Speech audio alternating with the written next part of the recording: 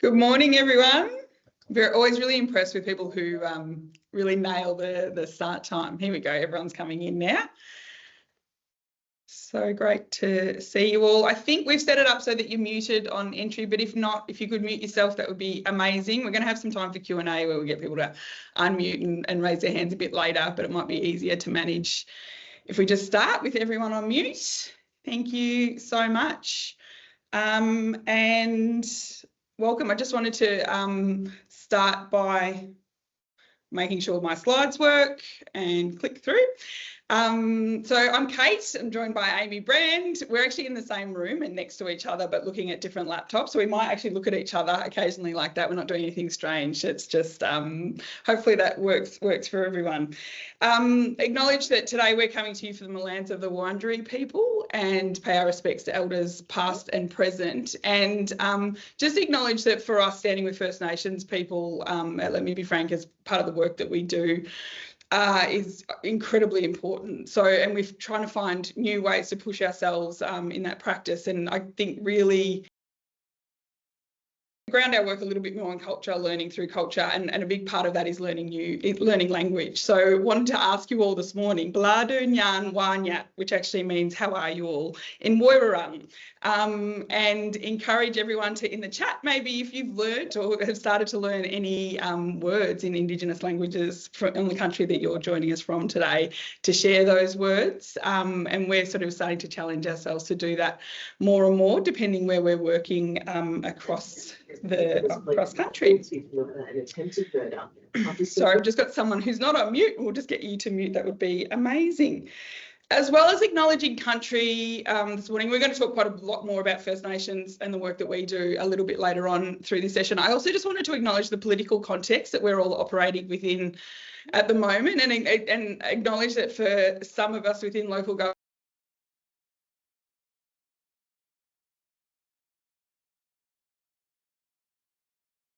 Why has she gone off?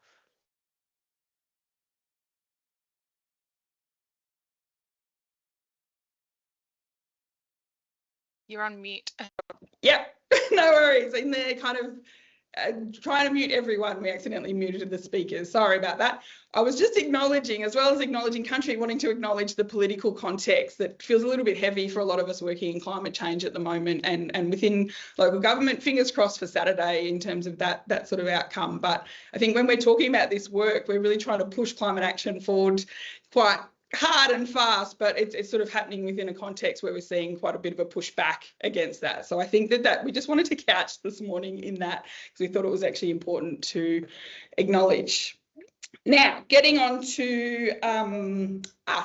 So Let Me Be Frank is three of us. So it's myself and Amy Brand, and we also work with Lucy Best. Some of you may know Lucy, and we sort of call ourselves a social change agency. So we primarily work in sustainability and climate, but we also work across sort of broader social issues as well. And for us, the sort of really important work that we do is kind of working really in close collaboration with our clients to co-create strategy, to drive action, and also to do the kind of culture change work that we need to do to drive that sort of just future for people and the planet.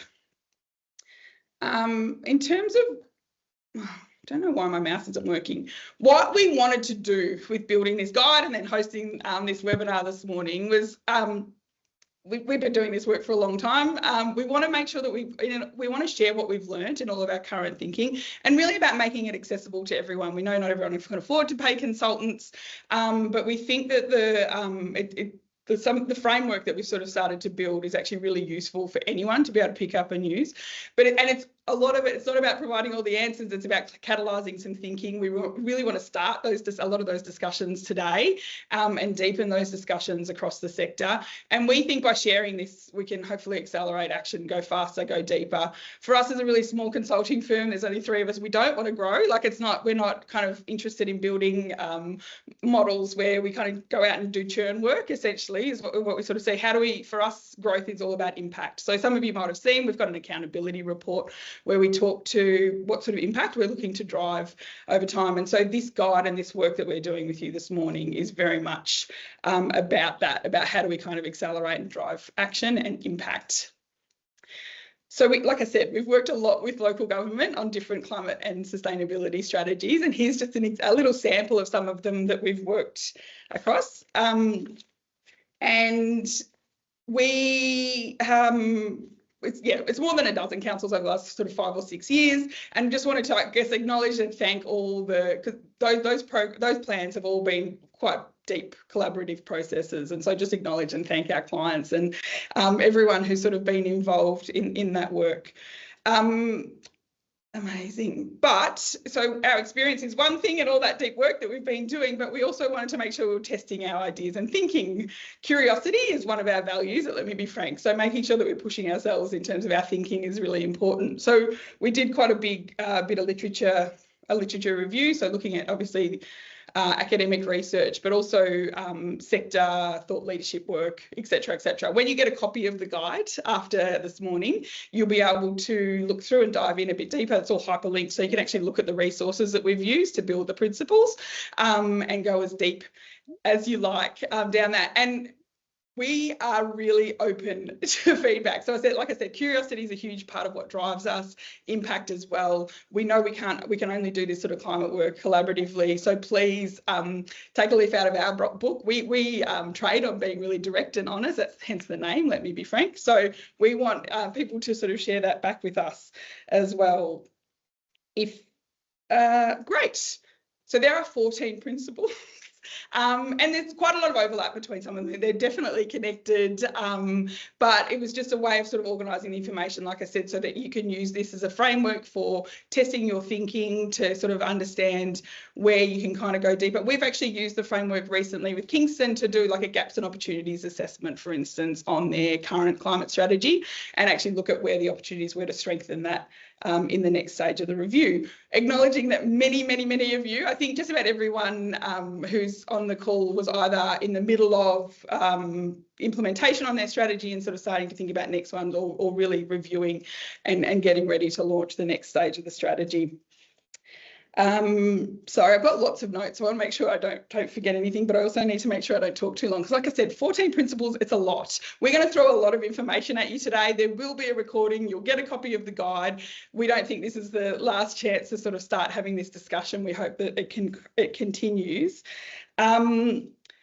And we also, we wanted to acknowledge that when the expectation, and there's absolutely no way that a council could pick this up and go, okay, I'm going to take a leadership position on all of these principles. It's about going, all right, well, what's the culture like within my organisation? What's the community like? What are the community priorities? Where are the bits where we could actually pick up opportunities to lead, and also make sure we're sharing that back to everyone else so they can learn from what we're doing? But where are those opportunities where we can actually be a follower? And you might be a fast follower or a slow follower, but yeah, there's a huge wealth of knowledge in this room as well. We've all asked you to bring along and share any examples of things that you're doing that sort of might fit into the principles. We'd love to hear from those. We will leave as much time for questions as we can, but like I said, there's sort of a lot to get through, and I think that might be my moment to hand over to Amy. So we're gonna tag team between us, sort of take a couple of principles at a time. We sort of both have very specific areas of the work that we kind of like to dive into and run with. So we've sort of split it up based on our favourite topics, I think, in some ways. I'm going to hand over to Amy now, and she can let you know if I've forgotten anything, but she can also start talking about the next lot of principles, or the first. Beautiful. Thanks, Kat. Well, hello, everyone. So our first principle is mandate a whole of council response. We all know in this room today that climate change is here now. We know that it's a huge, overarching and multifaceted threat that is or will impact all parts of our lives and following all parts of council. And this first principle is really about acknowledging and responding to this reality. As you know all too well, to address climate change, we're thinking about mitigation, adaptation, resilience all the time, and all through this lens of equity. So it's completely impossible for the sustainability or environment team to cover all bases. Through a mandated response, we believe councils can build an efficient and sustained, and most importantly, effective climate response. So that means that every part of council needs to play a unique and important role. So think about any team at council, and I bet at least some of their work ties in with climate change in a meaningful way. They might be in a position to do something to contribute to the response, or they may need to stop doing something to contribute. And we want to be really clear. This is not that kind of old school approach of getting all staff to use keep cups or catching a bus to work. It's much deeper and strategic at that, and really comes from the essence of what is that team's job and how does that job connect to climate. So a few quick examples. Aged and disability services, they can play a role in understanding who in the community needs to be supported to ensure they're safe during extreme weather events. The youth team might need to connect young people to services and counselling to support climate anxiety issues. The risk and safety team and the business transformation team have a role in keeping staff safe and council functioning during extreme weather events. Similarly, comms teams need to think about how they can communicate the truth about climate change and help inspire people to become part of the response. The IT team obviously ties in with energy and waste outcomes. And again, this resilience aspect of how can you keep working when, things inevitably go wrong and extreme weather, power outages, that type of thing.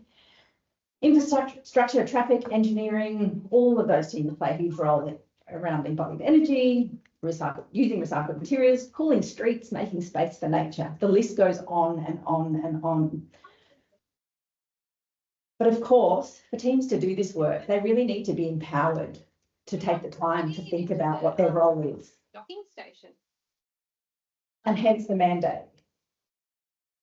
So getting a whole organisation to shift gear, we can't pretend that it's easy. It is a big challenge and it's an ongoing challenge. But I guess what I keep holding on to is the knowledge that most people actually want to take action on climate change, but actually don't feel that they have a really strong and meaningful way to do it. Like having a keep cup or washing with cold water. These all feel like small things, and while they're important, we know that a whole of workplace approach can really fill that gap and give people a very tangible way to connect people into action, get them feeling good. And we know that this can be generative and actually help create a snowball effect. So I remember running a workshop with Kate here in Melbourne with a senior team of council leaders. And towards the end, a senior leader stood up and explained that he'd never made the link between the work his team did and climate change. But as soon as he had that space to do that, he was on board and he was ready to contribute. He just needed the time and space to do that thinking. So we think there's lots of latent energy in councils that could be converted to action. Equally, and on the flip side, I think there are council teams already doing brilliant work towards a climate response, but they might not know it. So I always think of library staff as some of these core people. So libraries do an amazing job, as you all know, very naturally contributing to community education and community connection, which leads to community resilience, which is a really essential part of our climate response. So there might be opportunities to acknowledge teams that are already playing a role but haven't made that link, and then they get to be congratulated, which is a really lovely place to start a conversation about whole of council action. So really today, every job is a climate job, or at least it should be. And we also think it's important to remember and to vocalise that climate action isn't in competition with most other priorities. So if we look at any community vision or council plan, we often see high-level priorities around community connection, around housing, around prosperity, equity, fairness, access to community spaces. And actually all of these things tie into the climate response. So in an ideal world, we can frame this as we're not in competition, we're in collaboration, and we're all playing a role, and actually we are all shooting towards a shared outcome. And I guess the last point I want to make on this first principle is that a whole of council approach is even more important during times of financial scarcity, because it will ultimately cost more to overlay a climate response than it will to embed it, even though culture change, as I said, is tricky and is a long-term goal. If your council is doing something amazing in terms of that mandating and whole of council response, please feel free to put a note in the chat, because I know that examples are really powerful, and this is a great opportunity to share council to council. So moving on to our second principle, which is really, really strongly linked to the first, and that is think and act at a systemic level. So this principle is about moving beyond ticking off actions on a list to finding out what can actually be changed within the system and within cultural norms to embed action so it's sustained over time and almost becomes automatic. So this includes changing templates, protocols, policies, and administrative processes and procedures. It includes all of the cultural stuff I just talked about before. But in terms of templates, I think councils are really good at updating policies. And our question is there more that can be done in terms of updating the templates that help with thinking and organisation on a day-to-day basis? So do council report templates need to be updated so that every paper needs to explain the positive and the negative implications related to climate change for any initiative that's going to council? Similarly, can project plans across the organisation be tailored to trigger thinking about climate? And even marketing and communication templates, I think, could be updated to trigger conversations about connection between that topic and climate change so that we can help to surface opportunities to co-deliver climate messages with other messages. I just invite you to take a moment to imagine a world that I think would be blissful, where you're working in your organisation and it's completely normal for someone outside the sustainability team to say things like, what are the opportunities for this project to strengthen our climate response? Or, I have my doubts about this project. Can we really keep going down this path given we're in a climate crisis? Or even, it's clear this is the lowest cost solution that works right now, but will the cost benefits stack up if we project out 10 years? What are the true project costs, financial and otherwise, given the current state? We think this is something that we can work towards. And as you're probably well aware, we know that cultural shift requires the tangible systems change as well as that ongoing cultural norming process so that the system and the culture reinforce each other to help us get to this better future.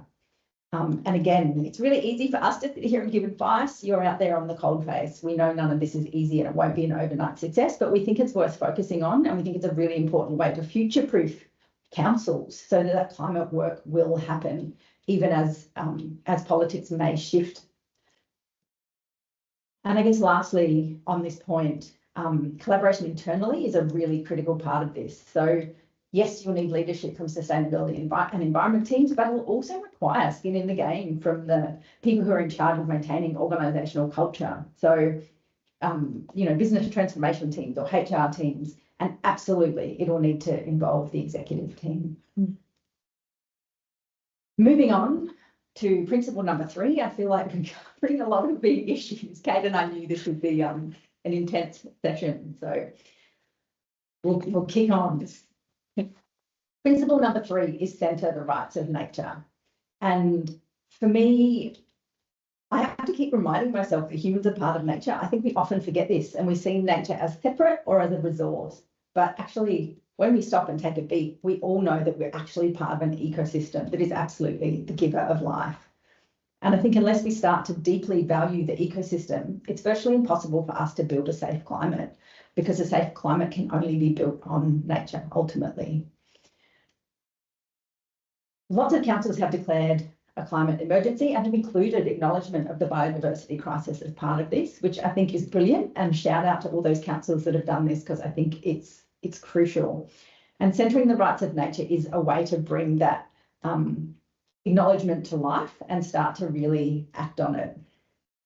Centering the rights of nature is a big topic all on its own, so we won't cover it in a huge detail now, but I guess there are 4 considerations we wanted to flag in terms of making that shift. I think someone's just put in the chat, the community relates well to nature too, which I completely agree with, Julie. I think that was, well, it was my first point, is to say that we need to remember people really like nature in our cities and towns.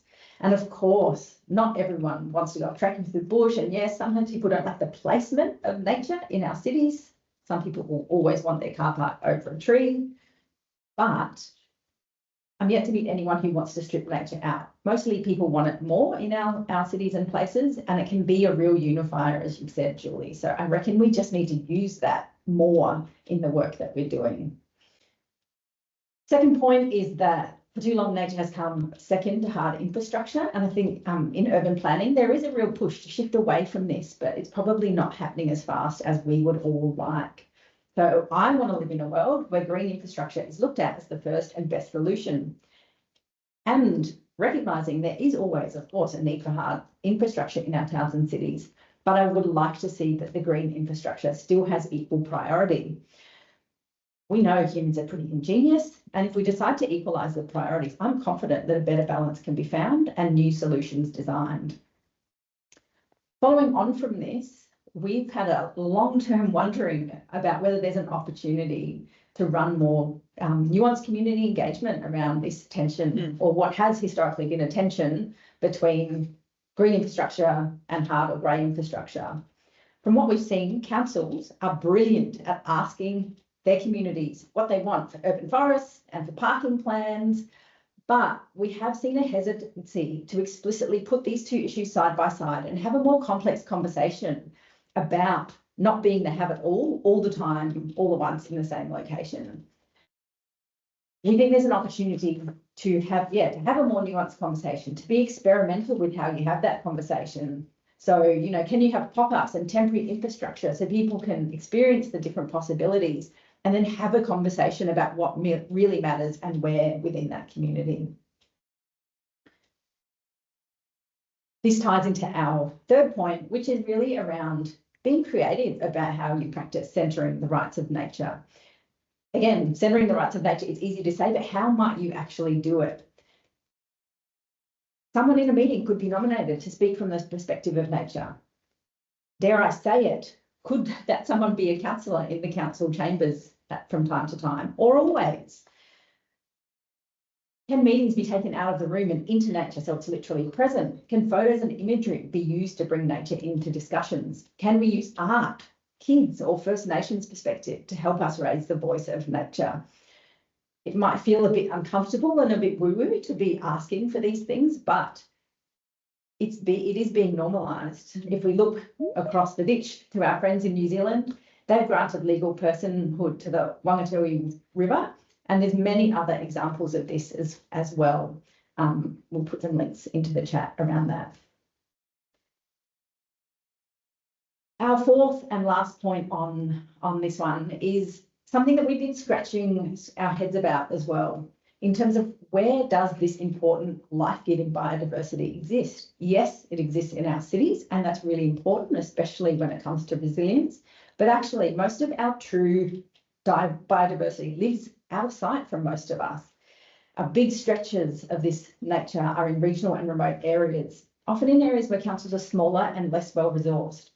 So my question is there a role for larger inner city councils to be advocating for the preservation of areas outside their municipal boundaries? Now, I'm asking this very, very conscious that councils are always being asked to do more with less. And I'm certainly not sitting here saying that's what you must do. It's just a question that I'm sitting with, is what is that role of partnership between regional and urban areas, given that, you know, there's an interplay between those spaces in terms of the health and well-being, not only of nature, but of us and our communities. So I'm sitting with this question because I know councils are the bravest level of government. You've driven massive change locally, but also at a state and federal level before. So I just wonder what's possible in terms of centering the rights of nature. Back to you, Kate. Thanks, Amy. So the next principle is around centering traditional custodians and First Nations people as rights holders as well. I think, you know, 65,000 years of continuous culture, despite facing genocide, colonisation, dispossession, systemic racism, erasure, cultural erasure, there has never actually been a stronger, more resilient or adaptable culture in our history. So I think everyone in this meeting, and we certainly deeply understand that living with, adapting to, and kind of starting to respond to, and, you know, building our resilience to climate change, the idea of bringing in some of that First Nations wisdom, experience, connection is actually a really critical part of how we respond to climate change. But it's actually really quite difficult to do. So I think that there's a lot of questions within local government about how that role and that relationship and that nexus can do that. I think more than just kind of thinking about and reading about and trying to start to understand First Nations perspectives, how do we actually get First Nation-led solutions happening, particularly traditional owners and traditional custodians on land? How do we actually start to really genuinely share the power that we hold? We often feel a little bit powerless because we've got small budgets and all those sorts of things, but the reality is there is a lot of power and there are a lot of levers that we can draw on to actually start to do this work. So yeah, the idea within this principle is finding ways to give First Nations people and traditional owners real genuine power to act and to lead. Last night, I've been working with the Fellowship for Indigenous Leadership, and last night we launched a book and documentary of sort of 20 years of alumni, where they've been, the whole premise of this organisation has been to find First Nation leaders within communities, or emerging leaders within communities, and genuinely just support them. So rather than kind of really traditional philanthropic models where you get $30,000 to deliver a project or something like that, it's more a model of, you know, a universal basic income, so that those people can go out and do the work that they need to do in community, and it's deeply grounded in culture, and it's just the success and the, you know, the kind of outcomes from that program, the impact from that work has been absolutely phenomenal. But they really flipped the philanthropic model on its head, and I think there's some opportunities for local government to think about and learn from that, and actually start to kind of, I think, decolonise our thinking in a lot of ways, and to not to expect First Nations or traditional owners to engage with us in really traditional ways, as sort of, you know, going with a much more open, curious mindset to really sort of more deeply understand what those solutions, the First Nation-led solutions, could look like within your municipality, within your community, or across the broader region. As well. I would say that this is one of the principles more broadly that, you know, is probably not being done particularly well within, I mean, we understand the Victorian context really well. We've got a few interstate councils on the line, so I'd love to hear what might be happening in other states in, a little bit more deeply. But in terms of examples of what we think this might look like, I mentioned decolonising your thinking. So we know that some organisations have actually been doing workshops and with their teams to actually understand what that might mean. So there's Melbourne University, there's sort of, you know, Indigenous academics within those organisations who are actually starting to run those sorts of programs to really deepen that understanding of how we actually shift. I think we constantly underestimate how deep our cultural systems are ourselves, and they're therefore kind of trying to kind of come to that compromise and genuinely collaborate and work with those organisations is actually really challenging. We do it all the time. We constantly challenge ourselves. We sort of ask for feedback from many of our First Nations partners for how we could be doing things better, and challenge ourselves to think for things like extending, you know, timelines and all those sorts of things. In terms of really practical things, the things that we'd love to see is, you know, if you're wanting to do this work, to start, if there is a country plan, so if you're a recognised Aboriginal party in your area has a country plan, start there, go in, deeply understand what that is, understand what's important, understand what the value is, and then go and have the conversations and see where those opportunities are for you to strengthen that response of the things that they've already identified as priorities. If they don't have a country plan, or, you know, there's some projects that potentially require, you know, work across the entire land, the entire country, then think about how you could actually partner with other municipalities, sort of, you know, getting together. We're working with Wadawurrung traditional owners at the moment. There's 11 municipalities that sit across that. Imagine trying to consult with, collaborate and work with 11 individual local government areas. What an actual nightmare for an organisation that's already really resource constrained. So how do the councils, who are so good at collaboration and leveraging those alliances, how do those kind of come together and actually start to lead that process rather than asking for the recognised Aboriginal parties to be doing that? And then, you know, like I said, genuinely letting them lead solutions. So finding the funding, the resources, and handing over some of the power, the decision making, all those sorts of things for some of those actions, you know, to do that in a really genuine way. There's some really simple things as well around First Nations procurement. I think that we underestimate how important the economic empowerment piece is. I think a lot of organisations, a lot of councils actually have First Nations procurement either within their procurement policy, sometimes within their reconciliation action plans, but to what extent they're done, they're certainly not reported on. How do we actually really, really strengthen that opportunity for First Nations economic empowerment? To where are the opportunities to leverage other projects that you've got? They might be mainstream projects, because often First Nations procurement might get pigeonholed into a project you were going to do anyway. I mean, you know, things like public art projects, all those sorts of things. But it's like, if you're running a broader community event, can you be purchasing, you know, from First Nations and Black-owned businesses within that? Certainly a big part of what we try and do in the work that we do in terms of centering First Nations perspectives. Immersing yourself in culture as well. So I talked about decolonisation, you know, workshops and thinking workshops, but just that piece around immersing yourself in culture. There's so many opportunities to do that across the incredible country. I think that we can only do more of it, I think, in terms of that. And one of the things that's sort of really emerging for me a lot recently, I think there's a really natural connection to kind of caring for country as a principle, and the work with First Nations people. So we think about natural resource management, we think about that kind of land management side of that work. But I think we underestimate and undervalue the cultural side of the work. So I don't know, I'd love to know if anyone in the room, from a council perspective, when you've been thinking about asset management or asset protection, when you're thinking about climate adaptation and resilience, have you been thinking about cultural heritage sites? Have you been having those conversations? Like, why do we as a nation kind of value the protection of property? And obviously people is the most important, but we don't really factor in protection of cultural assets when we're thinking about climate adaptation work. So I think that's a really big opportunity to think about there.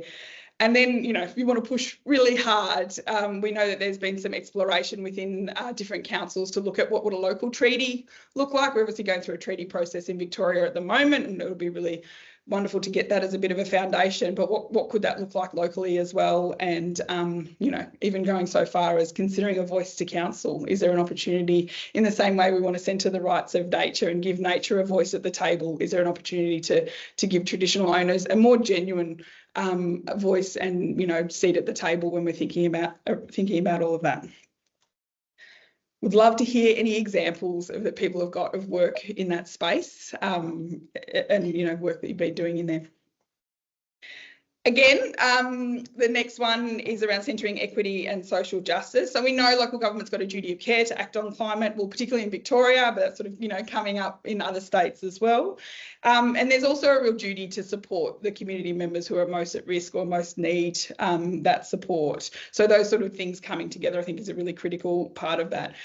Climate justice matters, and it's really critical because we know climate change and our response to it is not equal. It's not distributed equitably. The people facing marginalised and underserved communities are already dealing with a huge number of inequity. They're facing entrenched and worsened kind of impacts due to climate change.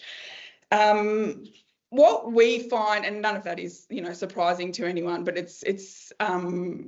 what we find when thinking about how to do this work is often this community vision can actually be the best place to start.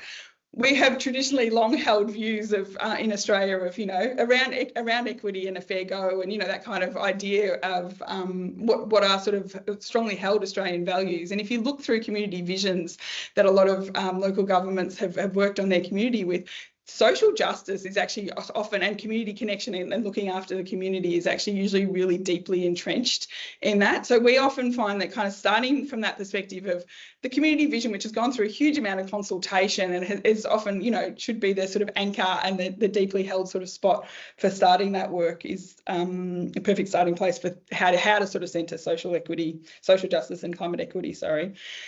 In terms of what that looks like practically, so applying an equity lens to the actions that you so as you go through the process of building a climate plan and thinking about the actions, running through that, and I know, you know, we do gender impact assessments now, can there actually be an equity or social justice impact assessment to actually understand, are we making things more inequitable, or are we actually improving that, and actually starting to understand and running all those sorts of draft actions through a bit of a lens in terms of equity, and then kind of, obviously doing that deep consultation with the communities that are affected to understand what are the things that they actually need. So I think sometimes we can come up with solutions that we think might be a really great idea, but it's sort of, it's not factored into the lived realities of these people, because the reality is we're all professional, middle class working professionals. It's not our lived experience necessarily to understand what it's like for a lot of people in our community. So, for instance, if we've got an opportunity for an energy upgrade program, but we've only got a really small budget, there's probably not a lot of value in providing small subsidies when people can't afford to even pay their electricity bills, or sometimes even eat or pay their rent. So the other thing about this, I think, is that there's this huge pressure on local governments to service everyone and to want to make sure that you're doing something for everyone, because if someone feels like there's something that's a little bit unfair, they'll be piping up and going, hey, what about us? You might be, yeah, sure, it's great that you're funding pensioners or, people with a chronic health condition, but what about us?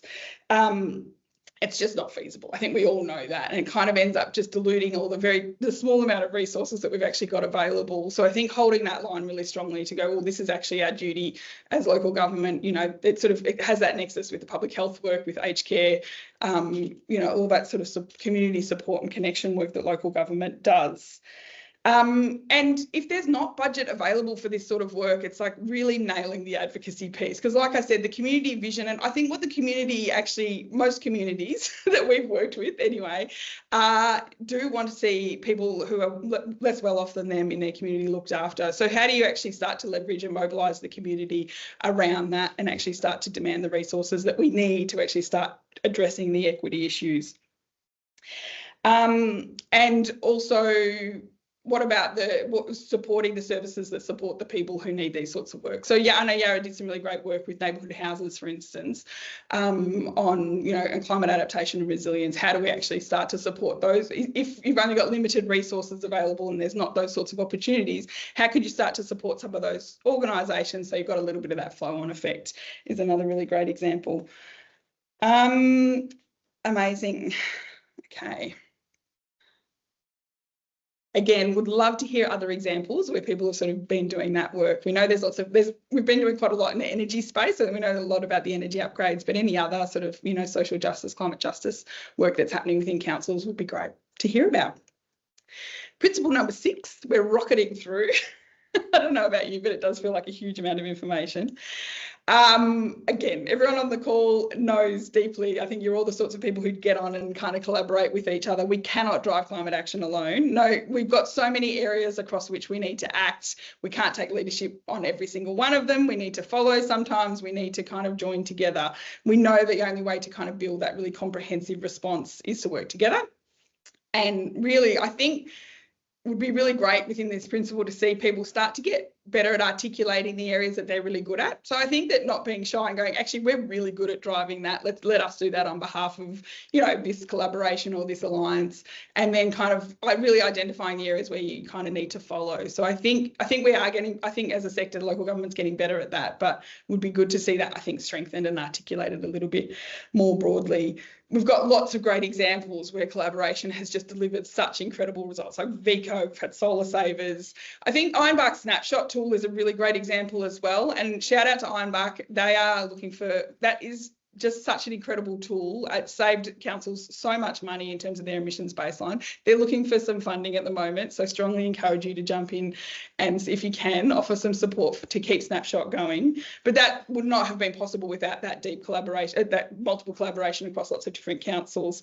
There's the Charging the Regions work, there's Greening the West, there's How Well We're Adapting, all those sorts of great projects being delivered by mostly greenhouse alliances. High Life Expo, that Let Me Be Frank ran in partnership with councils, again, would never have happened if we hadn't have had that collaboration across councils. So we know the sector does it really well, and it's really important. But I think there's lots of moments where we miss really good opportunities to kind of leverage that work of others. A really great example of this was last year. I emceed the City of Casey's EV Expo. It was, I reckon, the best community event I'd been to in terms of bringing together. They had 25 different models of cars. It was really well organised, really well run, and they had really good attendance, but it wasn't promoted out to other people outside of the municipality. And we all know people don't live within their LGA. They often go to to places and, you know, interact outside of those boundaries. It felt like a really when I was there, I remember saying, you know, it felt like a really wasted opportunity to not leverage all the investment that Casey had made in putting on this incredible event, to not promote it more broadly outside of that, just because it was sort of badged as City of Casey. I think that's a really good, very concrete or practical example where we could leverage that work a lot better. Make sure you capitalise on the work of your neighbouring councils is my advice, basically. But within this, I think it's also really in that honesty piece around going, all right, we're really good at this, we're not so great at that. There's also like reflect on and understand that sometimes there might be a moment where partnerships and alliances, you know, aren't working anymore. They're not functioning. So being really genuinely, we don't have a lot of time, we don't have a lot of resources. Be genuine, be honest about reflecting on whether it's time to either reinvigorate it, you know, maybe it's time to evolve it, or potentially even step back. I think, yeah, it's that idea around letting go of alliances or, you know, collaborations that don't serve anymore. I feel like it's like that saying that people have around friends. What is it? People come into your life for a reason, a season, or a lifetime. I feel like collaborations are the same. So being really honest about that. And I'm going to hand back to Amy. Beautiful. Thanks, Kate. Following on the theme of collaboration, obviously cross-council collaboration is critical, but theme number 7 is about collaborating with community. And again, in this room, we all know that social knowing is one of the most effective ways to drive climate action. Therefore, neighbours, local businesses, community organisations, clubs have a crucial role to play in the climate response. And we know that councils are really quite sophisticated at working with communities, amplifying effort and reaching out to people who may not connect directly with council via these community networks. That said, we're really aware, and we hear from council clients all the time, that it is a big, it's a big chunk of work to have these community collaborations going on, especially the ad hoc pieces. So we know communities ask a lot of their councils, and actually it's not effective or possible to say yes to everything. And talking with lots of different councils over the years, where we've landed through the conversations is that it can be really valuable to have a two-pronged approach. So for bigger strategic partnerships, to take the time, develop the MOU, make sure there are clear two-way benefits, and have those time-bound longer relationships. So it might work really well, for example, for a home electrification project between council and a local electrify community group. But on the flip side, one thing that can work well is developing a community support menu for those smaller and ad hoc requests from community. So the menu might include, you know, free or low cost venue use, promotion via council e-bulletins, photocopying their flyers for them, or a free stall at a council festival, whatever you can kind of easily offer. So when you get those ad hoc requests, you send the menu, they pick the things and you move on, so that you are providing support, but you're not wasting a huge amount of time trying to find the area of collaboration. In terms of community collaboration, I think that kind of event side of things, the program side of things, councils are doing that really well. I'm sure you can think of many examples in your own council. An area that we see councils may be able to stretch into is collaboration around joint advocacy. So councils, residents, business leaders, community groups and organisations all raising their voices together to amplify messages and demonstrate demand. And we have seen some really brilliant examples of this. So City of Yarra's Trains Not Tolls campaign and City of Darebin's Protect Preston Market campaign. Both of those were hugely successful partnerships. We've also seen examples of programs that are helping less often heard voices to come to the fore. So Climate Justice in Colour comes to mind as an example that Mary Beck in Yarra ran. In terms of what joint advocacy might look like, my brain keeps going back to housing. It's a topic that is so hot that I think comes up all the time, as Kate was talking about earlier, in community planning, community visions, council plans. You know, is there an opportunity for a campaign that is council and community, local businesses, etc., pushing for more resources to go into climate safe home upgrades, particularly through that equity lens? Now, of course, again, this approach will require bravery. It's, you know, advocacy can be a more hot button issue than programs sometimes, and it would require support from your leaders and councillors. But hopefully pointing at some success stories might help get this approach off the ground in your council. Principle number 8. This one's about communication. So communicate the urgency and tell the story of the response. Again, not a surprise to anyone here, behavioural science suggests that truth-telling about climate with very clear pathways for action and examples of change, stories of progress, is absolutely the most effective way to get people motivated and on side. So it's critically important that we acknowledge climate change is already here, point to the impacts, and point to the signs of progress. What we've noticed from our kind of insider-outsider perspective is that most councils are really busy doing excellent work, but sometimes they're so busy doing that work that they forget to do the work of telling the story of what they and others have achieved. And we're often saying to senior leaders in council when we meet with them to see that work of telling the story as actually part of the core work, because we know if it's done well, it's a catalyst for scale up. So when you are reporting back, please know that that work is hugely valuable, not just for your communities, but for other councils to learn from. There's a huge amount of value in reporting back. In terms of council communications, particularly back to the community, there are some common challenges that pop up all the time when we're talking with council staff, particularly in the sustainability environment team. And that relates to kind of getting cut through and working with the comms team can be tricky, but we think it's really worth building that relationship and pushing through in terms of getting comms out. I guess the first thing we want to really emphasize there comes back to this telling the good news story. And I think we need to think of this really broadly. We don't just need to promote what's happening with the sustainability team, but you need to think about pulling examples from other teams, from households, local businesses, and other levels of government, recognising this is a time-consuming exercise, but again, hugely valuable. And I know for myself, I constantly need the reminder that people that don't work in climate don't hold some of the positive information that we kind of take as read. So the starkest example for me is around renewable energy generation. So the New South Wales government is reporting that in New South Wales, the generation of renewables is over 50%. And that over the last 5 years, the share of wind and solar electricity generation has more than tripled. In Victoria, we find that surprisingly few people know that we met the 20% renewable energy target and are on track to achieve the next target of 40% renewables by next financial year. I think we're at 38.9 in the financial year just gone. And I know that South Australia is way ahead of both New South Wales and Victoria, and all this is such good news. And when we tell people these figures in workshops, their eyes literally light up. There's this sense of like relief and something's happening. And it's such a good dovetail into say, what do we want to do next? There's this sense of the work is worth the effort. So even if we know this and we've heard it a million times, I think it's really important to remember that it's fresh news often for other people. So let's keep telling those good news stories. Our second recommendation when it comes to communication, not surprisingly, is to develop those external community partnerships to support communications. We know that council comms channels are really busy and it'd be hard to get repetition and airtime needed to get cut through with your community. So those community partnerships can be an invaluable way to amplify and mirror messages and get through to different audiences.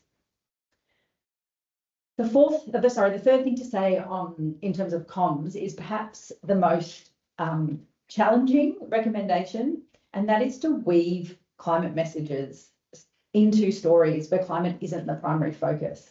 Now, not an easy feat to achieve, requires a really good relationship with your comms team.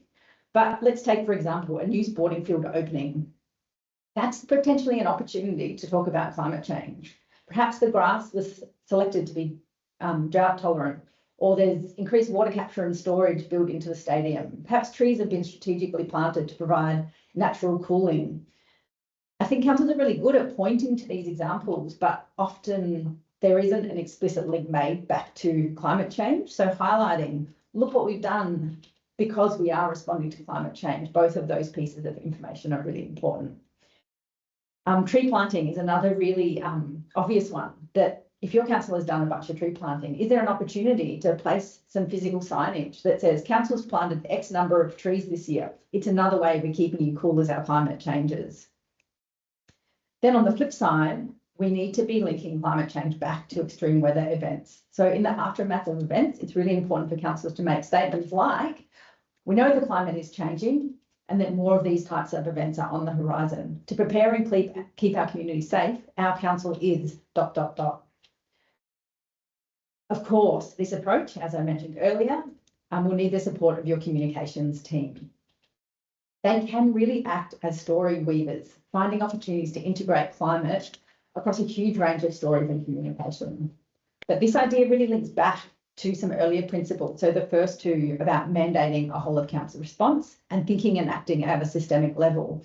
If those two pieces of the puzzle are done well, then getting this kind of change in the way communication happens within council will be much, much easier than trying to do just the communications piece without the mandating and the systemic changes. Back to you, Kate. Thanks, Amy. So the next principle sort of rolls on really well from that, because this is obviously a really key element of what we want to be communicating back, but really setting clear targets and goals to strengthen the monitoring and reporting. We understand this is a really tricky spot. I think that idea around how do we balance out the need to do things with the need to kind of, report and track and all that sort of stuff. But to be honest, it's probably one of the most underdone areas of most council climate change strategies that we've looked at. And but if we do it well, monitoring and evaluation helps us pull those stories out, it helps us tell the stories really effectively. It helps us understand whether the investment that we're making is worthwhile, whether we need to pivot and shift quicker than when we kind of go through that 5-year review period or whatever it might be within your kind of council plan strategy. So from our perspective, it's like, how do we set goals and strategies that are relatable across council? So not just things that the sustainability team needs to collect and spend an entire FTE on, like every sort of 12 months. So it's like, how do we actually build that in, but also build it into the broader KPIs that sit across the council plan, etc. Some of those reporting mechanisms that already exist. I think that one of the biggest challenges is setting them not just for emissions reduction has been everyone's favourite for a really long time. So how do we actually look at emissions reduction? So how do we look at all the other kind of impacts in terms of adaptation and resilience, and being, I think, a bit creative around how we do that, because we don't have huge resources, as I mentioned, but it's possible that we're sometimes kind of throwing good money after bad because we haven't actually been doing the evaluation that we need to do to really understand that, to then also be able to tell those stories, to connect with people, etc. We always will go through a process and encourage everyone as well to kind of really start to map out and understand what all the data sources are that are available. So I think in the last sort of 18 months, what we've seen the state government provide in terms of adaptation and resilience is drastically improved in terms of what's available publicly for data that you might want to look at tracking. So I think understanding what's available and starting there rather than necessarily having to set up new systems is obviously going to be the most important thing. And being, I think, really honest, like I think monitoring, like what's your time period, like ideally we'd be doing these things every, quarter or 6 months, but the reality is at a minimum every 12 months we should be going through a little bit of that reflection. And so for us as an organisation, we don't have to report to anyone. It's one of the joys of running your own business. But we go through a process every 12 months of writing our accountability report to look at what impact, and we use our values as our framework for doing that. We don't necessarily set targets, but it is a really reflective kind of evaluation process. And what it is brilliant at is obviously, kind of making sure we can tell everyone all the things that we've been doing, but as an internal motivation as well. It's incredible sometimes to look back and reflect on all the things that you've done within that period of time and understand that you are driving things forward, that you are having an impact, because this is bloody hard work. And everyone I think on the call would probably understand has had moments where you think, oh my goodness, why are we doing this? And you feel like things are so hard, you're trudging through some pretty deep mud to get there. Giving yourself that time and those moments to do that reflection is really critical. And if you've got a framework for doing that, so much easier. and I think the opportunity to do some of that reflection with other teams. I think Ellie from Whittlesea just made a comment further up in the chat about the process that they're going through around meeting with all the teams to understand what they're doing around sustainability and climate, and kind of giving them some feedback and opportunities to do that. So doing that reflective practice with other teams, but also potentially within the broader community as well. So are there opportunities to bring the community together, whether that's the community groups that you've been directly working with or the broader community, to understand what they've been doing, what's happening there, because we need that motivational tool for us all to kind of keep going and trudging through things. So there's some really great examples. So not everyone's doing it brilliantly. There are some really great examples. We really like Brimbank, because one of the principles for us around good evaluation and reporting is actually making it really easy to find. Often it's really hard to find any of that information. So you might do monitoring and evaluation, you might do an annual report, but it's within the council minutes. You can't actually find it anywhere on the website unless you want to trawl through usually 170 pages odd of minutes to find it, or it might be an internal document and it's not published externally. So Brimbank do this really great annual report card. It's really easy to find on the website. It's linked directly to the strategic plan, you know, and it's a really clear kind of PDF, and you just sort of can see each year building. We know Mornington Peninsula is going through a little bit of a hard time in terms of their climate work at the moment, but they've got that online progress portal, which is still live at the moment, so you could go and have a quick look at it before it potentially disappears. But that online portal is it's a live piece of data that it's really using the evaluation and reporting as a community engagement mechanism as well to demonstrate what's actually happening. Yes, so I think it sort of links into everything Amy was sort of saying, that idea around connecting with the community, letting them know that we are progressing things. These are the sorts of things that are happening. And I think just not underestimating how motivating and empowering it is for the community to hear about what you've actually been doing. And the thing is, you will think that you've told them. I can't tell you how many times we've gone into a community forum where we're sort of, you know, we're getting ready to ask them about what they think for the next stage of climate. And they're like, we want to hear about what's been happening every single time. We want to understand. And so we might have produced a report. We might have sent them some pre-reading. They still want to hear directly from council what has been happening. They want to hear that story. So that needs to be produced in lots of different ways as well, and shared through multiple different channels, I think, as well. So giving that opportunity to hear verbally, potentially, like producing videos or other collateral, and using all those amazing kind of communication strategies and tools that Amy's sort of been talking about in the previous principle. So this one's a really important one, I think. Otherwise, how do we reflect on the distance that we've all travelled together? I think that's if we're not doing that work, how do we do that? Okay, so that obviously then links into principle 10, which is around being transparent and accountable. So again, Amy's sort of talking about in the communication principle around transparency and being really clear and transparent with the community. That and also links really heavily with the collaboration, like how do we build alliances and those sorts of things if we're not transparent and accountable. So a lot of these feel a bit like, of course, we need to build trust though. So good communication requires transparency. Accountability means better action ultimately. But we want, essentially with this principle, what we want is for people to be able to jump on your website and understand what your goals and targets are, how you're taking action, what progress you've been making, and how they can actually get involved. This principle in terms of climate change science is sometimes a little bit challenging, but we are starting to see really good examples and hearing from community and some of the consultation that we've been doing that they want that honesty and that transparency around, particularly coastal communities. They want to understand what their projections look like. The science is getting so much clearer. You know, the community conversations are much more sophisticated than they used to be. People understand that their houses are at risk. So they want to have really honest and transparent conversations. If you've got data that's available around that from a planning perspective, all that sort of stuff, they're things that you should be thinking about. How can you share that with the community in a really safe way, to have conversations around how you sort of start to bring those things forward.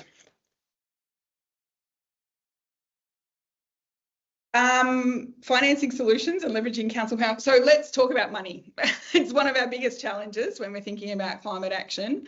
And I think we can kind of, I was looking for some data last week for this, thinking about, well, how much money do we need? What's the latest data? And it's hard to find really the latest data, but in 2015, the Cities Climate Finance Leadership Alliance estimated that the urban infrastructure investment needs on low emission climate resilient cities globally, including those in higher income countries, we needed $4.5 to $5.4 trillion per year.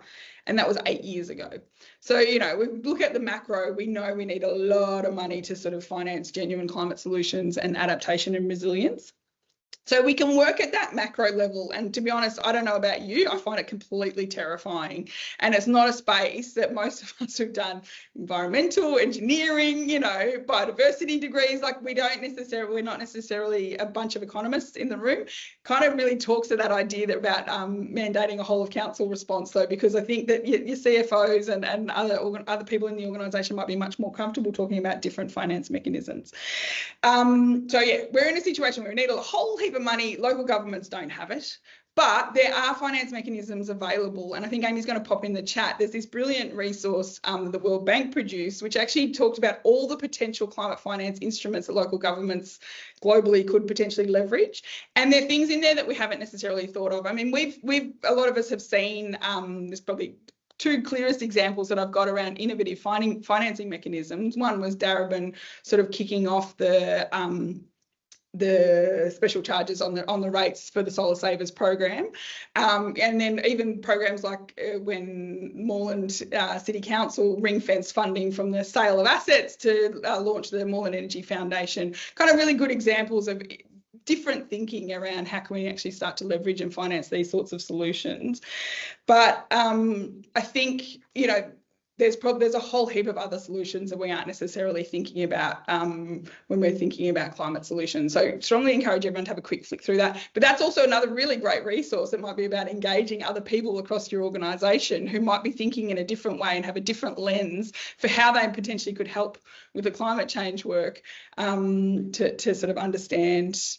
I don't know about you, it took me a little while of reading around to really understand green bonds and climate bonds and, you know, those sorts of things. It's not necessarily our space. It feels like often working in climate, you feel like you have to kind of be a bit of an expert across everything. But I think the more we can bring in other people and ask the questions, then the better. All of that said, though, I think we often do actually underestimate the resources that we do have available around climate solutions. And I think that, so putting our money where our mouth is in terms of where we invest, and also where we kind of, you know, like I talked a bit about procurement before in the First Nations perspective, but obviously procurement is one of the biggest areas where council can leverage broader climate action. So I think the question goes, how many people feel like their procurement policy genuinely allows them to preference suppliers that are taking climate action, genuinely, like where it doesn't kind of ultimately then, you know, get shunted out for some of the other criteria? I'd love to hear about anyone who feels like they've been able to make a decision about a supplier specifically because of the work that they're doing in sustainability or climate.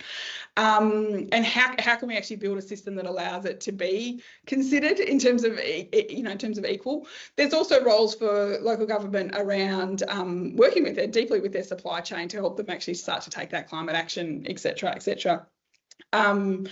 Love to know how many councils have really clear divestment strategies or fossil fuel free investment strategies as well. So what we do with the broader council budgets is obviously really important. So it's not just about the, who knows, between $50,000 and a couple of million that you might get for your climate strategy implementation. It's sort of, what about all of the work that's happening more broadly across the organisation in terms of that financing?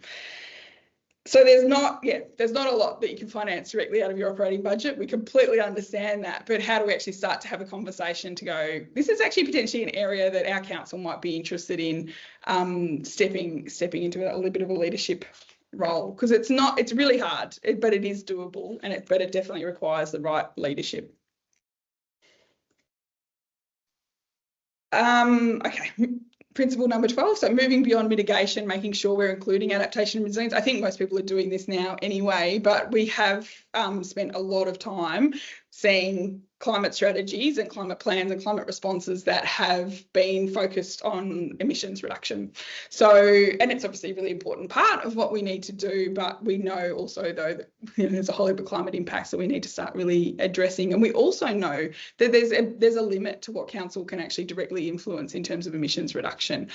I used to run the Yarra Energy Foundation a really long time ago. We had a goal of net zero by 2020. I think City of Melbourne originally had that goal, like, you know, municipality wise, and then everyone stretched it out to 2030. We've used a lot of political capital in our sector, I would say, talking about and thinking about mitigation being the major sort of driving piece of climate action that we want to take. And it's, you know, it's sort of really challenging because the reality is the things that have actually had the really big impact in terms of emission reduction are things, the collaborative pieces like VECO, and obviously the broader sort of state government work around solar and all those sorts of things. So yeah, we can't just focus on emissions reduction anymore. I don't think anyone is anymore, but we need to make sure that we're sort of bringing in adaptation and resilience and potentially sort of acknowledging that that local government has potentially a smaller role in terms of mitigation than we probably have done historically over the sort of last 15 years or so. Yes, so and I think that kind of idea links into the financing piece, really interrogating, well, what is council's role? And when we're talking about adaptation and resilience, so we know we don't have the funding, we don't have the $5.4 trillion a year to do the resilience work that we need to do or the adaptation work that we need to do. How do we advocate for the resources that we do? How do we make sure that we understand what our community needs in terms of finance, and then we sort of get ourselves in a position to actually ask for it? So I'm not sure, again, would love to hear if any councils have sort of done that work to go, well, we know within our municipality we need this in terms of climate adaptation and resilience. I think that would be an amazing piece of work that I would love to hear about. But the other really critical role for local government, so there's advocating for the resources we need around adaptation and resilience, but then there's the community building piece, which is such a fundamental role that local government plays within our communities.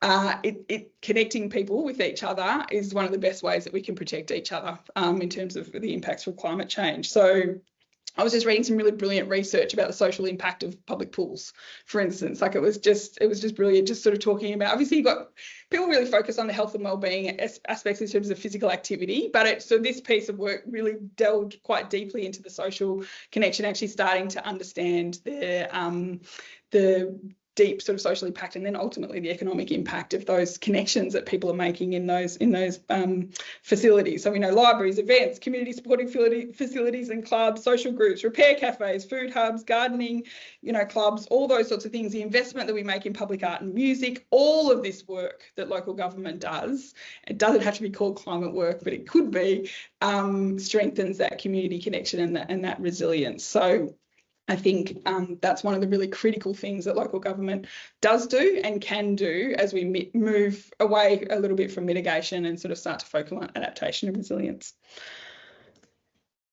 All of that said, we do need to get to zero. So kind of, you know, for us, it's like, we know we need to get to zero and we need to move beyond. But what again, that question around what local government's role is in that. I just got the latest research and slides from the Al Gore Climate Reality Leaders. They've just done an update. I just got them last week. But it talked about, there's some really great research now sort of talking about once we do get to net zero, I think we all have been a little bit unclear and the modeling's been really unclear about, well, even if we reach net zero tomorrow, what does that actually mean in terms of global temperatures? But the research is really clear now that once we get to, as soon as we do get to net zero, hopefully way before 2050, the temperatures will stop increasing within sort of 3 to 5 years. So that said, obviously there's going to be there might be tipping points and that sort of stuff for other ecological issues. But I think that the sense that we had where we were like, well, we've baked in so much climate change, so now, you know, net zero isn't as critical. The reality is we actually can get there and do that hopefully really soon. But it has to be about getting to true net zero. So again, the net zero conversation, or real zero as it's now being called in the sector, again, I feel like we've wasted a huge amount of our capital in this sector. It's talking a lot about carbon neutrality versus net zero, and now real zero or true zero as it's sort of being called as well, because there's a lot of kind of challenges around offset programs and all those sorts of things. So I think what we wanted to say here, like the actual deep kind of decarbonisation work obviously is going to be driven by state and federal government, and then obviously and corporations and what levers they can use for corporations there. So therefore, local government's role, rather than necessarily obviously looking after their own operational emissions, but also within the community. It's going to be about that advocacy piece and how do we kind of mobilise the community around that shift to net zero. And then within that transition, obviously, there's a big part of how do we make sure that people don't get left behind. And I think going back to Amy's point, making sure when we're talking about this accelerating to zero that we are celebrating and acknowledging those points, because I think people have been hearing about zero for a really long time out in the community. They don't necessarily feel like we're getting any closer. So and to some extent, they're not wrong. But again, we get questioned often in community forums of what about China or some of those sorts of things. And the reality is China's releasing their net zero plans at the moment. They've got doing that work around understanding what the industrial decarbonisation looks like for them. So there is that progress on a global scale. It's good to understand and to be able to communicate that back out to the community so people don't feel that level of helplessness around that. So we need to get zero as quickly as possible. And then obviously we need to start thinking about drawdown as well.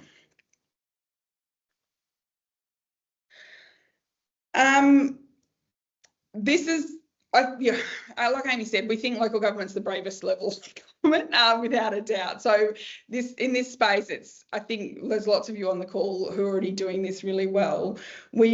We do need, though, local governments who are prepared to be even braver, I think, in this space and to kind of step into that leadership role probably even stronger.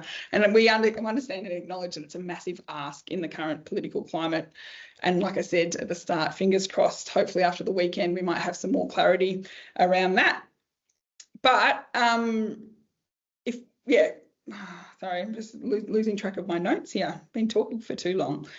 So I think we want to understand and think about where are the parts where we can actually be brave. So is it about that bravery around going out and being transparent about climate impacts in your local community? Is it about being brave in those conversations you can have with local community members about the trade-offs that Amy was talking about before? So yes, we all want to be able to park our car out the front, but we all want more trees. How do we kind of negotiate and talk about those sorts of trade-offs? So is there bravery in that communication and opening up that conversation with your community, allowing those conversations to be a bit more nuanced and more sophisticated?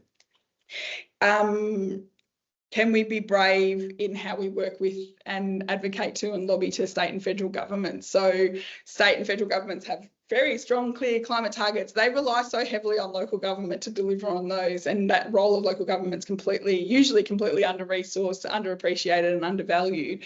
How do you actually go and have those conversations? Can you actually, your executives to be able to have those conversations with state government to genuinely get the resources that councils need to actually drive those targets and those programs?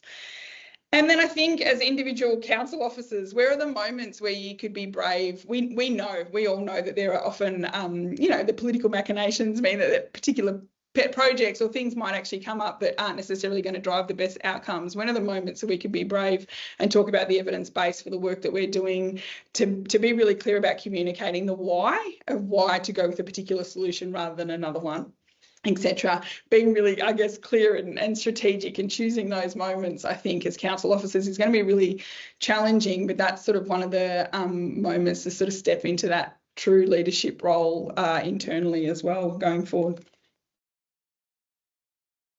Goodness me, so much talking.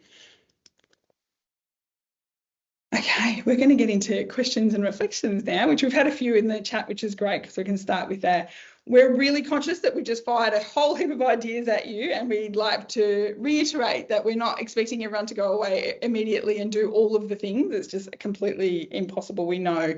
And what we're hoping to see, though, is different councils continuing to lead in particular areas, starting to push the boundaries. But what we'd love to see as well is a bit more sharing back as well. So for us, we often understand really well what's happening with clients that we work with directly, and we try and, get across LinkedIn and get across, conferences and understand what's happening within the sector more broadly. But sometimes it feels like a lot of it's happening in a bit of a vacuum, and it's actually sometimes quite hard to know and understand. So we'd love to get a little bit more of that feedback and understand what's happening across that. And so, as we've sort of said all the way through, these principles we're offering as food for thought. You would have seen, and I forgot to mention at the start, when you get a copy of the guide, each of the principles has a little bit of a description, and then we've kind of written some questions for consideration.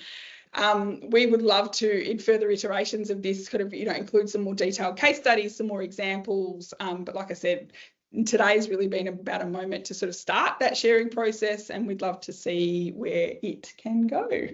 I haven't had a chance to really read the chat, so Amy, I might see if you've seen anything come up. Mostly just questions or wanting data, Kate, that you were talking about, like the pool data. Yep. So we'll send out some of those links when we send the package.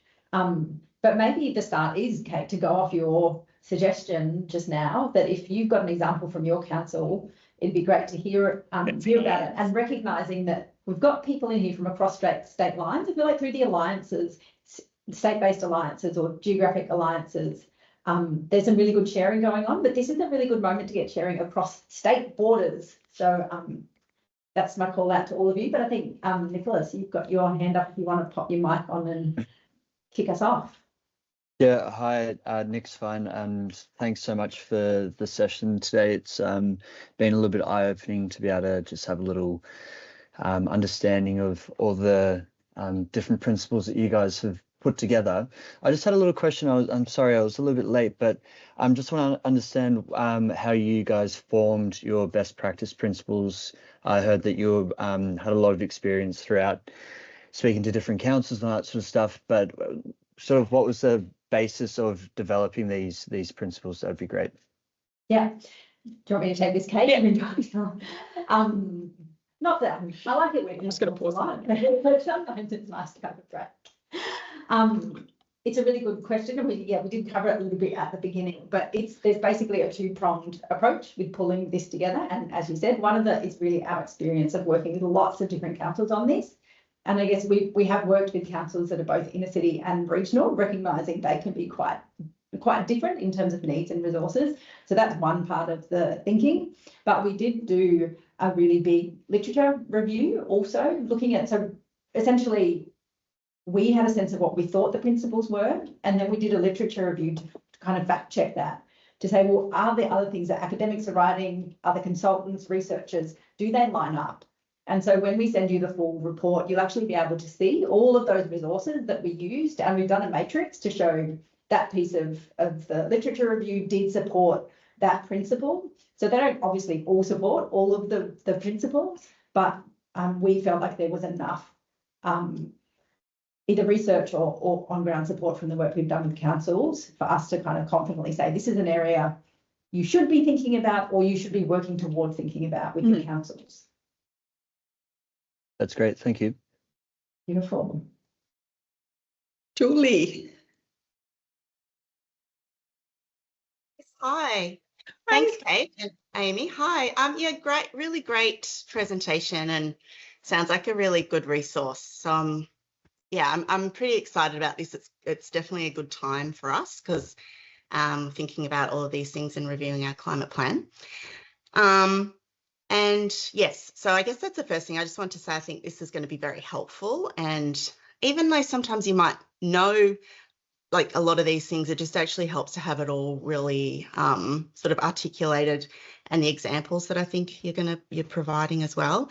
I was really interested in your discussions about communications, because that's a challenge that a lot of councils have, is getting communications out. And I think you've made me think about how we could do that a bit better in reviewing our climate plan. For example, maybe we need specific actions for the communications team, because we're often got a climate plan and we've got all these actions and then we're trying to communicate them. But I don't actually think our current plan has specific actions for the comms team. So that'd be really helpful. And I guess my question was, do you, in the guide, or do you have any examples of councils that may have had some success in that area that would be worth looking at? We definitely, hate to say at the top of my head exactly which councils have and which haven't, but I can dig up, I'll take a note and dig up some examples for you. Okay. We'll the email out, because yes, a bunch of the councils that we've worked with have put an action in around that. And I guess the other thing that springs to mind, which is not exactly what you're talking about, Julie, but I think it's related, is my mind goes to the electrification practice group. I can't remember what it's called, Kate, from Marybeck. Mhm. I don't know. Community of practice. Community of practice, thank you. Oh. And that kind of idea of a shared development or a council developing communications materials that can then be pushed out through other councils. I think that's another kind of mechanism that could be used to help amplify these messages. And it goes back to what Kate was saying, that you don't just listen to what's in your municipality, you might work in a different municipality, etc. So the tools can be both internal but also external. Sorry, Kate, I feel like... No, it's good. I think that the other thing with that though is we've talked about this in the context of procurement and some of the EV transitions with some of the alliances, but it's actually about having not just the sustainability people in those communities of practice. Because if you can't leverage the comms team to actually deliver those messages, it doesn't matter how perfect they are in market tested and all those sorts of things. So I think that one of the things, in terms of that collaboration and how we can leverage, how do we actually get the comms teams across councils having that conversation more broadly? So that's a challenge. I don't have an answer to that, and we certainly haven't seen a model for that, or at least coming alongside the sustainability and climate teams to kind of have that conversation, because I think that is actually the bit that is really challenging, is how tightly held that comms function is, it is challenging to get cut through with the teams. Having said that, Kate, I know some of the clients we've worked with have found an ally in the comms team and worked really hard for that, to find the person that has a real interest in climate and then trying to get the climate portfolio sitting with that person. Certainly I've heard some good news stories around that, but I think it's, I don't know, I feel like I've never walked into a relationship with a new council. They've gone, oh yeah, the comms team is great. We can just, we can get out there anything we want. It is a huge challenge. And I think for me, that linking piece is critical, because yes, you can't have every news story or Facebook post going out screaming climate, but can you have a line in a bunch of it? I think it might make it more palatable, but it's a very nuanced conversation to have with the climate team. But also I'm conscious that we're talking from our perspective, there's a whole bunch of people in the room with knowledge as well. So if anyone has thoughts or success stories to share, please jump in, and appreciate the question. We will definitely have a think if there's anything else we can send through, and some examples when we send the follow-up email. So thank you. Thanks, Julie. Jen, you've got your hand up. Yeah, so my question is around, obviously we've all got our climate action plans or whatever they're called, and everyone's ticking through all those different actions. It would be great, what would you say is the best way for councils to contact other councils, or if any of the other councils can answer this question on what's the best way to find out from other councils, what have you done and what worked and what didn't, like a bit of wins and losses. Like, for example, you mentioned the EV Expo. It went really well. And if anyone else was, and so we based ours off Manningham. So they were the only one that we knew. So we looked at Manningham's and then asked them what worked, what didn't, and that's how we developed ours. I'd love to give my wins and losses to somebody else in the same way we set up a youth climate group, and that's been really successful. I'd love to share that, but we've also done other projects that have been unsuccessful or we had learnings from. Obviously we've mentioned the Marybeck, community of practice. Yep. That's one opportunity. Have you heard of other councils collaborating, talking, sharing wins and losses? What's your advice? I just would love to open that up to other people around how they're sort of doing that. I mean, I agree with you so completely. I'd love to see some opportunities or resources that could go into doing that more broadly. Does anyone, Lalitha, I'd love to hear from you. Yeah, look, have you tried using the Greenhouse Alliance base camps or the CEA base camps, the Climate Emergency Australia base camps?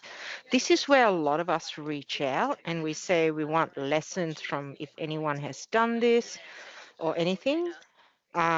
So I'd suggest that. What was the second one you mentioned? The Climate Emergency? Climate Emergency Australia. So they're the only ones that go right across Australia, and they're primarily focused on climate emergency councils, or those who want to become climate emergency councils.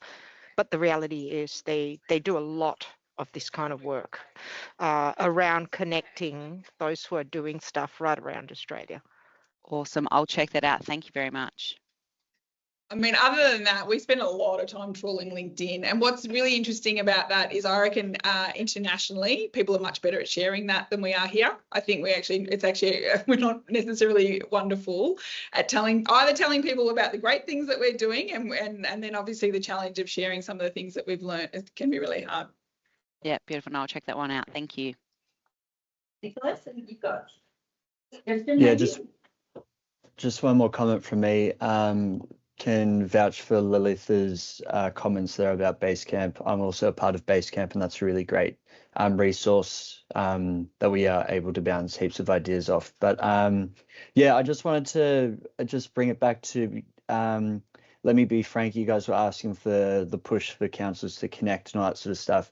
Is there anything that you guys are hoping to roll out, or are you going to sort of be in that space at all? You're also talking about internationally, like how do you guys, I know you said you're talking about LinkedIn and all that sort of stuff, but is it just literally trolling LinkedIn, or are you part of some groups on LinkedIn as well, or that's sort of the question? We try and share, we often write thought pieces and those sorts of things, and would encourage everyone, and it'll go in the email as a follow-up to follow us on LinkedIn as well, and encourage any discussion on there as well. I think people really sometimes can be a bit reluctant to post their thoughts on LinkedIn as well.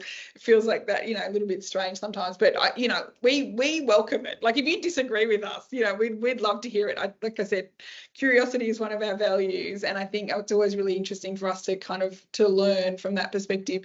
I think for us, we work to and try and encourage and support and strengthen the alliances, and obviously Climate Emergency Australia. We're not a council, so we're not directly involved. We're not on the base camps and all those sorts of things. Obviously, we're a consulting firm.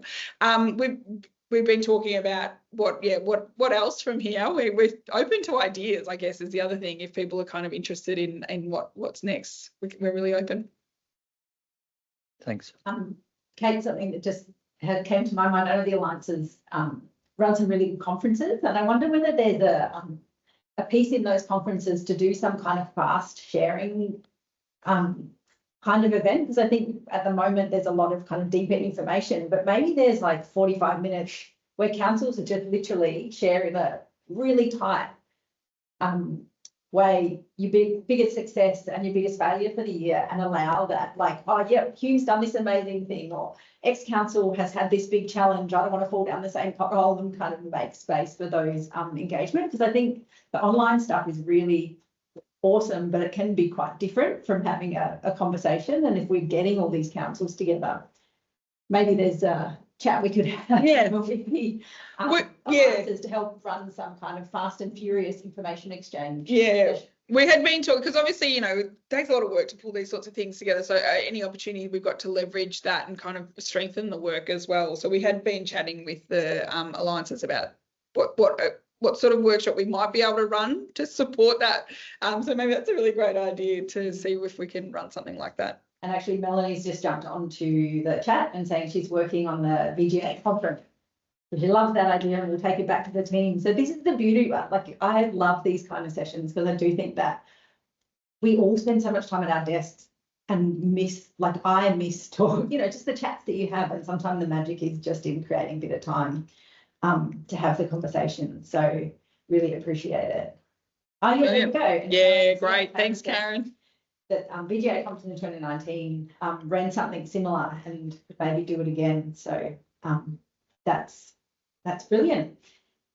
We've got just a couple of minutes. If anyone has any last thing to contribute, I would love to hear a success story if anyone has it. I feel like everyone's shy at saying things that they've done really well. If anyone is still here and has something they're proud of, please turn your mic on and share it, because we really need those. We love those motivational moments.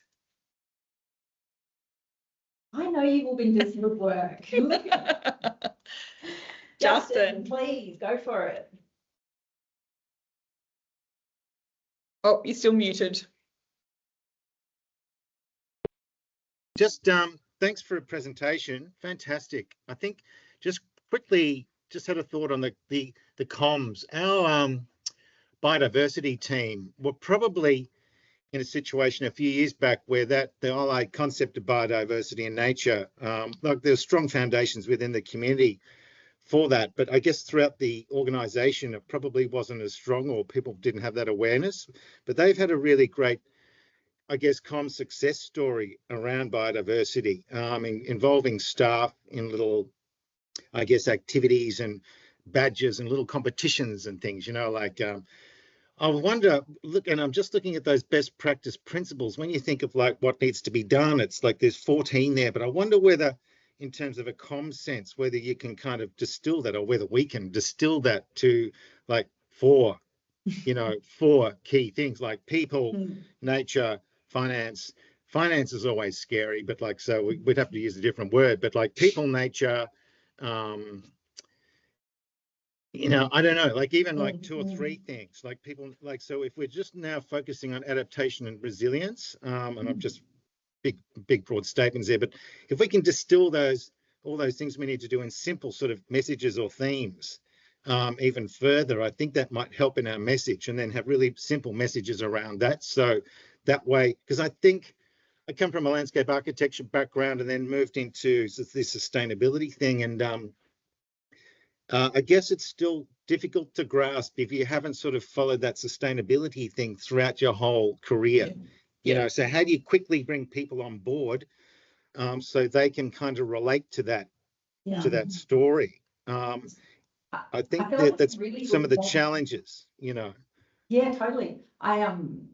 It ties into something that always sits in my brain, Justin. I'm really glad you brought it up. It's actually the perfect time, because I think you're right. Like, that list is way too long.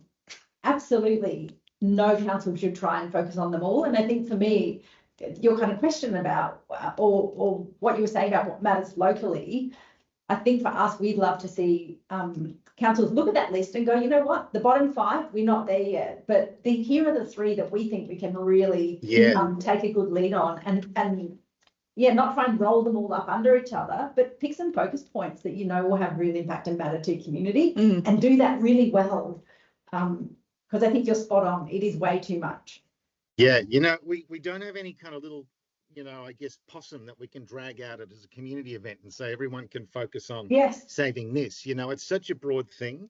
And then, of course, at a political and international level, when people like Tony Blair start going around saying, oh, look, it's all getting a bit hard, like the climate, you just go like, oh, far out. So this is where, we're often looking for that sort of leadership. But again, the grassroots thing is so important. Absolutely. Yeah.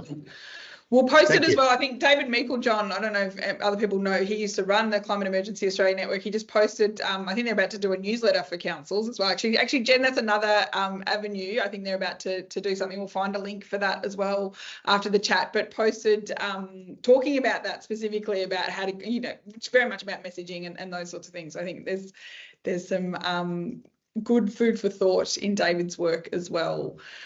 I am going to officially say Nungajin. For those of you who don't know, that means thank you in Woiwurrung. What an incredible session and a great discussion. This is the bit that we like. Next time we won't talk so much. We'll get more discussion across the room, but we had to get through a lot and we didn't want to make the session too long.